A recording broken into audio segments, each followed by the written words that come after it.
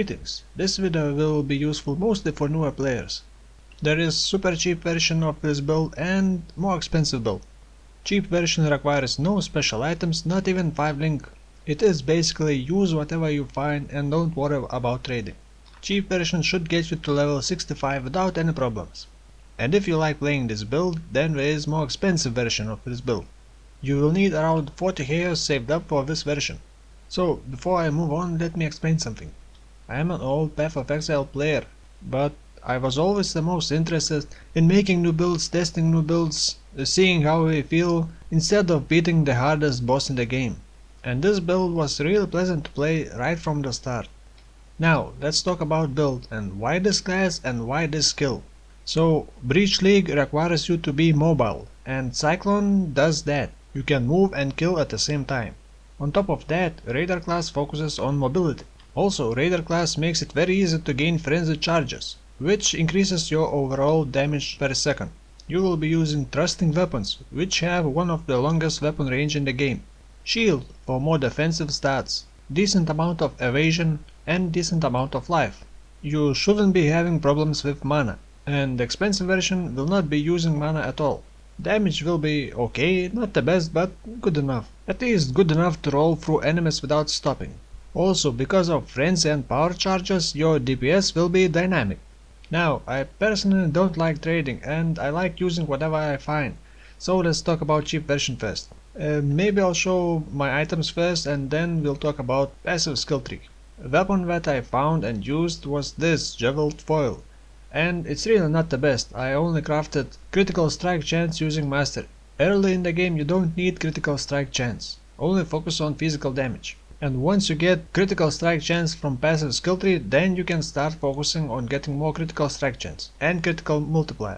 Attack speed is also very important. I was always using Ice Golem for accuracy and critical strike chance, and also because it is mostly dex based gem and you won't have problems with stat requirements. Helmet is always nice to get more resistances. The enchantment from Labyrinth does not matter. Just get as much resistance and life as you can on evasion based helmet. Now, armor doesn't have to be this. Just try to get as much evasion and life as you can. But if you don't mind spending some currency, you can buy this armor because it has very high base evasion and life and some resistances. Shield, basically evasion, life and resistances. Now for boots, early on you want as much movement speed as possible. As you can see, these boots are really quite terrible, but they have max movement speed. Also I needed 2 blue sockets and I couldn't find better boots, so I used whatever I could, and I will show you why I did need those 2 blue sockets. Belt is usually the biggest source of maximum life and resistances. These gloves I found in normal difficulty and for their level they are very good. And keep in mind, they are only around level 34 I think, but I just couldn't find better gloves that give more DPS. Rings, mostly to cover elemental resistances. But if you don't need elemental resistances, then try get some physical damage, attack speed or even critical strike chance. And of course as much life as you can. Now you might need some intelligence for your gears and skill gems, so amulet is good place to get some intelligence. Also life, resistances or some damage mods. Flasks are also very important.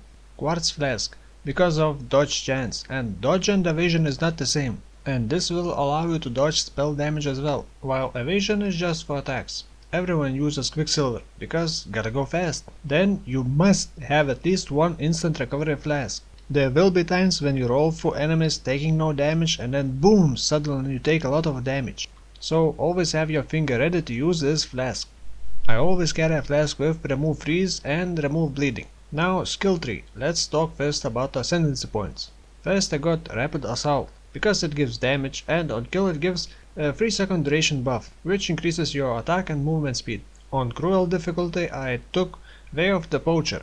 This is very useful note, but I only took on cruel because in cruel I started picking frenzy charges from passive skill tree, and it is very useful against bosses. Because frenzy charges, as you remember, increases your overall DPS. And on Merciless I decided to take Avatar of the Slaughter. This increases your overall DPS when you have frenzy charges. Why not other nodes? Well, the middle path is basically for phasing, and phasing ignores enemy collision. And Cyclone already ignores enemy collision, so you don't really need it. And Avatar of the Chase, I would get it from Uber Labyrinth. Now here's the skill tree for cheap version. First go through evasion and life nodes. Then take some mana and max life. Then go through this shield node and go get more life. And then get some damage. Then go down, get some more damage and more life. Then if you need, take strength and intelligence node. Get combined mana plus life leech node. Then rush left and through the shield nodes into the weapon range node. This will increase your cyclone range and will help you with clear speed. This will be around the end of normal difficulty. In cruel you will probably need more resistances, so take this node, some more life, and this node, which gives a lot of attack speed and accuracy. Then if you need, take more mana leech and life leech. Then go get more evasion, also critical strike chance and critical strike multiplier with swords. Then if you need more life, go up here to evasion and maximum life nodes. And then start picking friendly charges nodes. This will be near the end of the cruel difficulty. Then take some more critical strike chance and critical strike multiplier. Also, I nearly forgot, you might take this or this javel slot early on and put it a unique javel that increases your weapon range by 1. You can get this unique javel by completing the quest in Cruel Difficulty Act 2, called Through Sacred Ground. In Merciless, if you need more strength or intelligence, you can get these nodes. You will also need more life, so you can get these evasion, armor and maximum life nodes. Get more physical damage nodes, also critical strike multiplier nodes, and fill second javel slot with something useful for your build, like maximum life, physical damage, attack speed, critical strike multiplier. Now let's talk about skill jumps. And this is Cyclone Falling setup, faster attacks, added fire damage, and melee physical damage. If you have fire link armor, you can add increased area of effect gem, and against bosses you can swap it with increased critical strike chance or increased critical strike multiplier gem. To apply curse you will be using cast and damage taken with Poacher's Mark. And Poacher's Mark is amazing curse. It will increase your survivability quite a lot and also solve your mana problem. Also Hatred Aura. This will give you a lot of damage, also will freeze enemies on critical strikes. So basically it will also increase your survivability. Then I got Wild Cyclone, but you really don't need it. I just like vacuuming enemies. It is linked with melee physical damage and fortify. If you have additional slot you can spare, you can add faster attack speed. Just be careful when using Wild Cyclone. I have died many times using it. It does kill your FPS if you vacuum too many enemies. Also, you will need another falling setup with 2 blue sockets, 1 green and 1 red.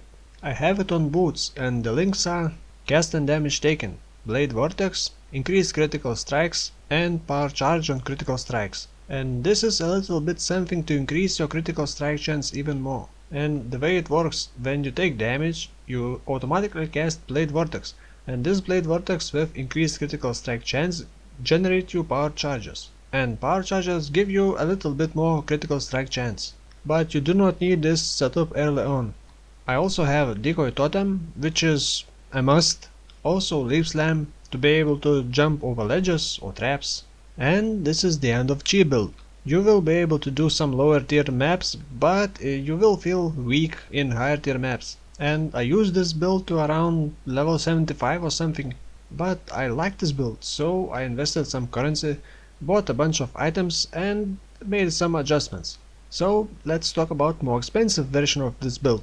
Basically what I did is drop all mana nodes, mana leech nodes, some weaker life nodes and converted into blood magic. Also did some min-maxing, got some intelligence on my gears and refunded more points from strength intelligence nodes and gained over 1000 life. Now for items. Weapon, high DPS, high critical strike chance. For helmet I needed intelligence, to be exact 106. So I bought this helmet with intelligence, max life, resistances. Then I 5 linked this armor. Because I am blood magic now, I need this ring and I put hatred in this ring so it will not reserve any of my life. Then I bought another gloves with physical damage and attack speed and height life. Crafted some cold resistances because I needed. Found a better belt with more life and higher resistances. Some red Chi boots with good life roll. The enchantment is from Merciless Labyrinth and once you get hit it increases your life regeneration. Ring can be still upgraded, but it perfectly covers my resistances. Amulet was quite expensive for me. I needed a lot of intelligence, so I got this amulet, crafted some attributes. Also, it increases my physical damage, critical strike chance, and gives quite a lot of life. Shield could use some upgrade. Now, gemlings aren't anything new from cheap version. Cyclone linked with melee physical damage, increased area of effect, faster attacks, and added fire damage. It is also very important to have high quality Cyclone, because basically it increases your Cyclone radius, and that helps with clear speed. Also for bosses I am swapping increased area of effect with increased critical strike chance. And no, I do not like concentrated effect gem, but if it is your thing, then go ahead and use concentrated effect. If you manage to get 6 link armor, then I would probably use increased critical strike chance, increased critical strike multiplier, or concentrated effect. Also I added Immortal Cold to one of the casting damage taken setup. It doesn't do all that much, but it is a little something. Also same casting damage taken on Blade Vortex setup for generating power charges. And I'm still using Falling while Cyclone to kill myself occasionally. My DPS without charges isn't all that high, around 70,000. But once you get all frenzy charges and power charges it goes to around 40,000. And with more expensive gears, of course you can get even more damage, more life, more survivability. But I didn't want to spend all of my currency because I am planning for next build. This build is still fun, I like rolling through enemies without stopping, but I'm starting to get bored of this. And that's why I didn't push this build to its full potential. For some reason I couldn't get tier 9 or higher maps, so I couldn't really test it, but I was rolling through tier 8 maps like nothing. Also I tried to kill Aziri with this build, but it didn't go very well. But that's probably because I never really practiced killing Aziri, and my damage was lacking. But I don't really care about Aziri. As for Breach Lords, I need a little more testing, and of course more splinters. But I'm sure that this build should be able to handle weaker Breach Lords. As for Uber Izaro, I still haven't unlocked it. So that's about it. I'm not used to doing these build guides, so I'm not sure if I forgot something. Oh right, maybe I should have mentioned this at the start, but I wanted to make this build because the current melee meta is like not melee but range, so I wanted to make a real melee build. And Cyclone without too much area of effect felt like a real melee build. So yeah, I guess that's about it. And if you watched this whole video, then I applaud you. And thank you for watching.